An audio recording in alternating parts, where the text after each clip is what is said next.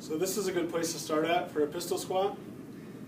I want my heel away from the bench or the table so that when I come down, I reach my hips back and my shin's still vertical. So reaching this leg out forwards, my arms go out forwards, reaching my butt back, driving through my heel when I come back up, trying to slowly lower down and then push back up to a standing position.